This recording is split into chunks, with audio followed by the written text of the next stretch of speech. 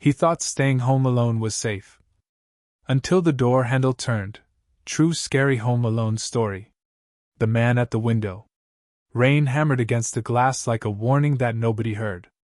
Ethan was 12 the first time he realized the house could breathe. The way its walls ticked, its vents sighed, and its doors whispered when the storm pressed against them. His parents had left early that morning to attend his uncle's wedding 3 towns away, promising they'd be back before midnight. "Don't open the door for anyone," his mother had said. "Not even if they say my name." He laughed then, but she didn't. By afternoon, thunder had turned the neighborhood gray. The old farmhouse sat alone on a half-mile stretch of dirt road, surrounded by fields and dripping trees. Ethan liked being home alone, the quiet, the sense of being trusted. He made popcorn, dragged a blanket to the couch, and queued up a marathon of superhero DVDs. For a while, everything felt normal. At 6:14 p.m., the power flickered. At 6:15, the TV died completely. The sudden silence pressed against his ears until he could hear the faint creak of the back porch swing moving in the wind. He told himself it was just a storm, but curiosity has a way of pulling children toward things they shouldn't see. He crept to the kitchen window and lifted the curtain. There was someone standing at the edge of the yard. A tall figure, unmoving, facing the house. The rain blurred the outline, just a dark coat and the faint glint of metal at their side. Ethan froze. For a long moment, the only sound was rainwater streaming from the gutters. Then the figure tilted its head, slow and deliberate, like it had been waiting for him to look. Ethan ducked behind the counter.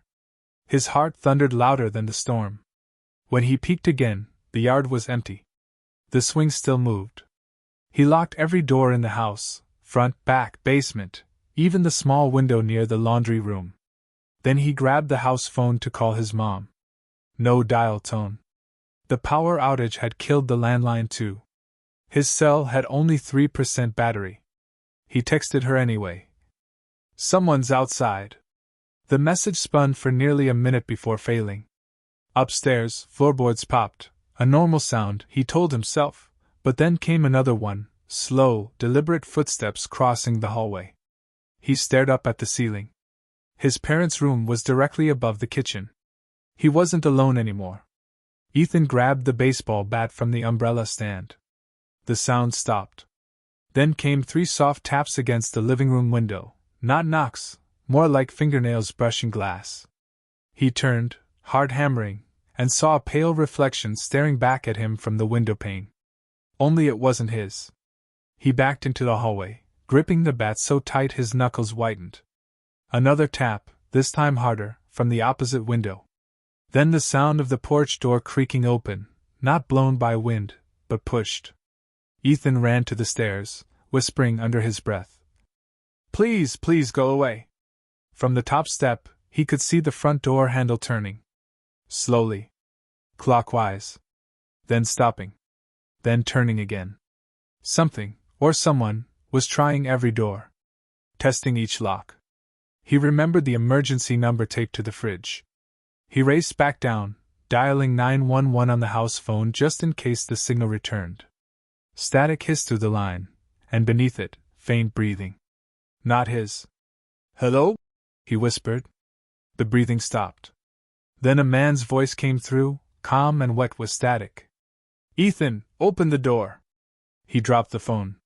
Through the kitchen window, lightning flashed, and for half a second, he saw a shadow standing inches from the glass, hand pressed flat against it. The lights flickered back on, but the window was empty. Only a smear of water and 5 clear prints left behind. Ethan didn't sleep that night. He sat by the locked bedroom door, clutching the bat, listening to the storm breathe around the house. He didn't hear footsteps again, but when his parents returned at dawn, muddy footprints led from the porch to the back fence, and never came back. The room above the attic. The next morning brought sunlight, thin, pale, and false. Ethan's parents had returned before dawn, brushing off his story as dream and thunder. His mother swore the footprints outside were from the mail carrier. His father replaced the locks before breakfast, humming like nothing had happened. But Ethan couldn't forget the handprint. 5 long, wet fingers streaked down the kitchen window. He'd wiped them clean, yet their shape still burned in his mind every time he blinked. By evening, the power was steady again, but the house felt wrong, too heavy, like it was holding its breath. The rain had stopped, leaving the world outside slick and shining. He sat curled on the couch, watching cartoons with Kinsley, their little neighbor, while his parents loaded the car for another errand. "We'll be back in an hour," his dad said. Ethan forced a smile, pretending he wasn't counting every second until they returned. When their headlights disappeared down the road, the house returned to its whispering. Pipes ticked. Vents sighed. From somewhere upstairs came the faint scrape of furniture moving, a sound like wood dragged slowly across wood. Kinsley noticed first. "Do you have a cat?" she asked. Ethan shook his head. "No pets." The noise came again, a dull, careful thud. Then silence. He didn't want to scare her, so he said it was probably the heater. But the air was warm already. And then the smell hit, like old dust and something sweet, almost like flowers rotting. It drifted from the stairwell. Kinsley wrinkled her nose. "It smells like Grandma's basement." Ethan tried to laugh, but the sound died in his throat. "Stay here," he said. He grabbed the flashlight from the drawer and started up the stairs. Each step creaked under his weight like a protest.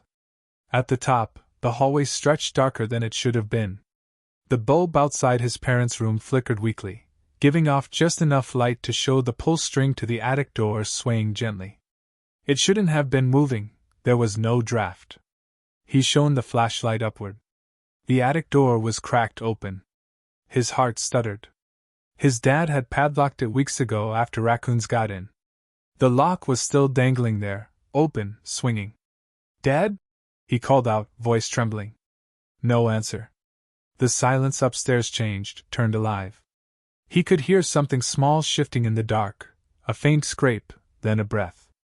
Ethan backed down 1 step. Then 2. The sound stopped.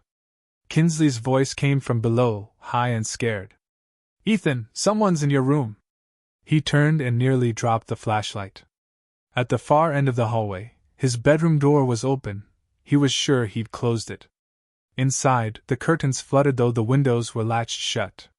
He crept closer. "Who's there?" The air turned cold. He could see his breath. From behind the door came a whisper, low and drawn out. "You didn't lock this one." The flashlight flickered. Then the bulb burst with a sharp pop. Kinsley screamed. Ethan lunged down the stairs, grabbed her hand, and dragged her toward the kitchen. The floor thudded above them, heavy, angry footsteps pacing the hallway. The attic door slammed. "Call 911!" Ethan shouted. She fumbled for the phone, the same one that had hissed static the night before. This time it rang.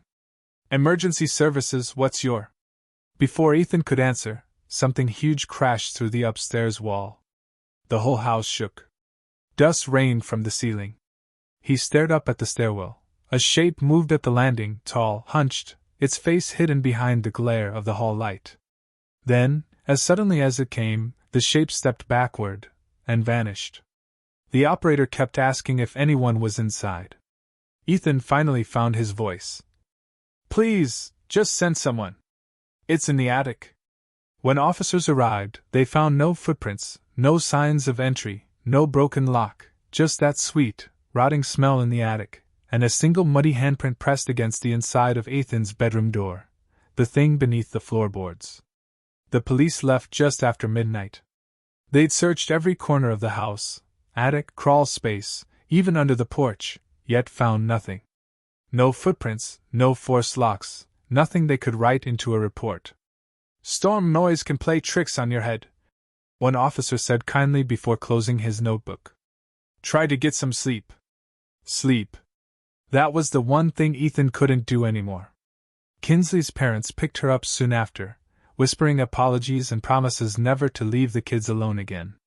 His mom kept pacing, calling it a bad dream, while clutching a mug she never actually drank from. His dad sat silent, staring at the ceiling as if he could hear something moving up there. By morning, The house looked normal again. Almost. Every time Ethan stepped across the living room rug, the floor underneath gave a hollow thud, like something was shifting inside the crawl space. He tried to ignore it until breakfast, when his dad mentioned he'd heard it too. Probably mice, his father muttered. But when he pried open the vent to set traps, there were no nests, no droppings, just a smooth patch of dirt and a smell like rain-soaked metal. That night, Ethan stayed in his room with the bat across his lap. Rain started again, steady and slow, whispering against the window glass. Lightning flashed once, twice, then the power cut out completely. The silence returned, the kind that filled his ears with heartbeat and static. Then came the scraping, beneath him this time, deep under the floor. A dragging sound that stopped whenever he held his breath and started again when he moved. He lowered himself to the carpet, pressing his ear against the floorboards. Something was breathing down there. "Mom?" he called. No answer. He stepped into the hall, flashlight trembling in his hand. From behind the vent, a voice rose, soft, hoarse, and close. "Ethan, let me out!" He froze. The voice wasn't angry. It was pleading. "It's cold down here. You locked me out last night." He backed away, shaking. "Who are you? Don't you remember me?" The vent grill rattled. Dust puffed out through the slats like a sigh. Ethan bolted for his parents' room. The door was open, the bed empty. The house felt wrong again, like it had swallowed everyone whole. He ran for the stairs. Halfway down, he saw light flicker from the kitchen, his mom's voice calling softly. "It's okay, honey." Relief surged until he reached the last step. The woman standing by the window wasn't his mother. Her face looked almost right, but her smile was wrong, too wide, too still. Mud streaked the hem of her nightgown. "You opened the wrong door," she whispered. Then the light snapped off. Ethan lunged for the front door, but it refused to budge, as if something heavy pressed against it from the outside. The floor groaned beneath his feet. Boards cracked. A hand, gray, slick, and trembling, pushed up through the gap between the planks, gripping his ankle. He kicked free and scrambled toward the stairs. The house roared, wood splitting, nails shrieking as the floor buckled. From below came a chorus of whispers, hundreds of them, all breathing his name. He slammed his bedroom door and dove beneath the bed, clutching the bat to his chest. The whispering faded, replaced by a rhythmic creak, footsteps pacing just outside his door. Then silence. When the sun finally rose, the house was still. His parents were home again, confused, claiming they'd never left during the night. The floorboards where the hand had broken through were smooth, untouched, and cold. But when Ethan dropped a marble through the vent that morning, he waited.